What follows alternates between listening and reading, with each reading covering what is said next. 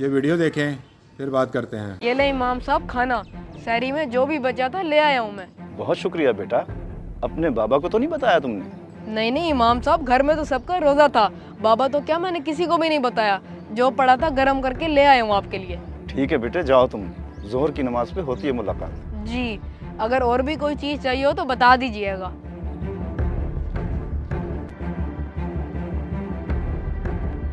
अहिल, ये क्या दिया अभी तुमने इमाम साहब को?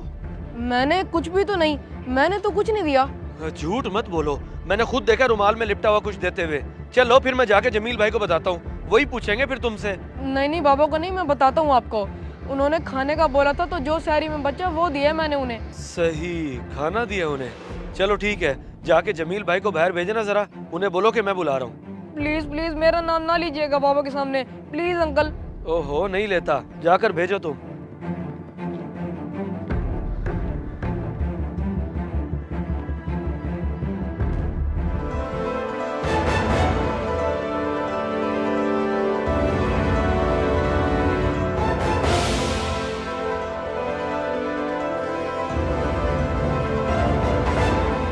बड़े ही अफसोस की बात है, मैं सोच भी नहीं सकता था कि इमाम साहब ये हरकत करेंगे। रोजे छोड़ के यहाँ छुप के बैठ के खाना खा रहे हैं। अभी जाके सबको बताता हूँ। बाबा वो इमरान अंकल वगैरह आपको बाहर बुला रहे हैं। मुझे बुला रहे हैं बाहर? खैरियत तो है ना? तूने कोई शरारत वगैरह तो नहीं की? नहीं नहीं मैंने कोई शरारत नहीं की, शायद उनको अपना कोई काम है इसीलिए आपको बुला रहे हैं। अच्छा ठीक है, जाता हूँ थोड़ी देर तक मैं। जा तू। अब देख लें जी, ये हाल है इमाम का।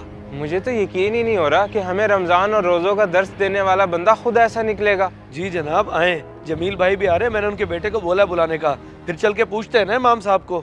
जी जी चलें, फौरन चलें। क्या हुआ जनाब, सब खैरियत तो है? खैरियत ही तो नहीं है जमील भाई, इमाम साहब मोहल्ले के बच्चों से खाने मंगवा के खा रहे हैं और हम सबके सामने अच्छे बनने का दिखावा करते हैं। क्या मतलब खाने अफ्तारी में? ये तो अच्छी बात है, इसमें हर्जी क्या है? अफ्तारी और सर रोजे ही तो नहीं रख रहे वो। अभी अभी उन्होंने खाना मंगवाया एक बच्चे से और हमारे सामने इबादत गुजार और परहेजगार बनने का ड्रामा करते हैं। वाकई ये बहुत गलत हरकत है इमाम साहब की। अच्छा तो ये बात है। अगर आपकी बात में हकीकत है तो अभी चलते हैं मस्जिद और चल के पूछते हैं इमाम साहब से। आए। और सर मस्जिद में नहीं है वो, मैं आपको लेकर चलता हूँ वहाँ पे जहाँ वो बैठ के खाना खा रहे हैं। आजे।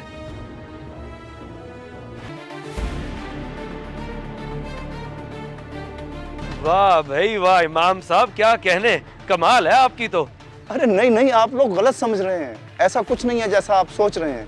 अपनी आंखों से देखने के बावजूद भी यकीन न करें, हमें बेवकूफ समझा है क्या आपने? हमें रोज़ों और रमजान की फजीलत का दर्स देते देते खुद ये हरकतें कर रहे हैं आप। मैं तो कहता हूँ टाउन कमेटी से बात करके हमें इमाम साहब बदल लेने चाहिए। हाँ हाँ बिल्कुल सही कह रहे हैं आप। अरे ला हौला वला कुव्वता इल्ला बिल्लाह, आपको मेरी बात का ऐसे यकीन नहीं आएगा, ठहरें जरा आप।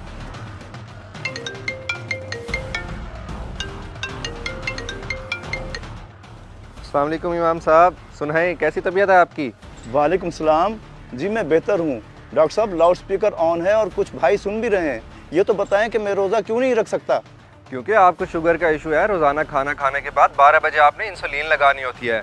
अगर ना लगाएं तो आपकी शुगर डाउन हो जाती है। बहुत शुक्रिया डॉक्टर साहब, बहुत शुक्रिया। अरे नहीं नहीं इमाम साहब, कोई मसला नहीं, बस आप इंसुलिन वक्त पर लगाते रहें। अल्लाह ताला आपको सेहत दें। आमीन।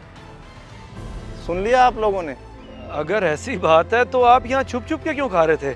मस्जिद में खाते ना। छुपकर इसलिए खा रहा हूँ क्योंकि मैं जानता हूँ कि रमज़ान की अहमियत क्या है। और अल्लाह तो माफ़ कर देता है लेकिन बंदे माफ़ नहीं करते। अभी आप 3 लोगों ने देखकर मुझे इतनी बातें सुनाई हैं, और अगर खुदा ना खास्ता 30 लोग देख लेते तो मेरा क्या हशर करते। तो आपने पहले टाउन वालों को क्यों नहीं बताया कि आपको शुगर का इतना सीरियस इशू है? डर था कि कहीं बीमार समझ के मुझे आप लोग मस्जिद से ना निकाल दें, इसलिए मैंने छुपाया।